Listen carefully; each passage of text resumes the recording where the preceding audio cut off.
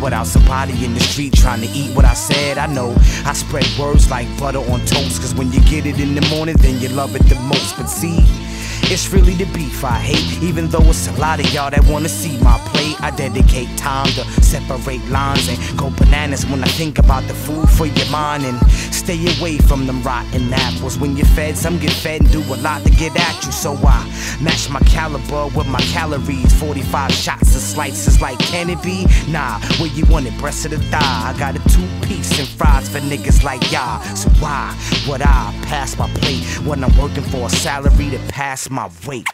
In the mental, pick any mental. And this is food for thought.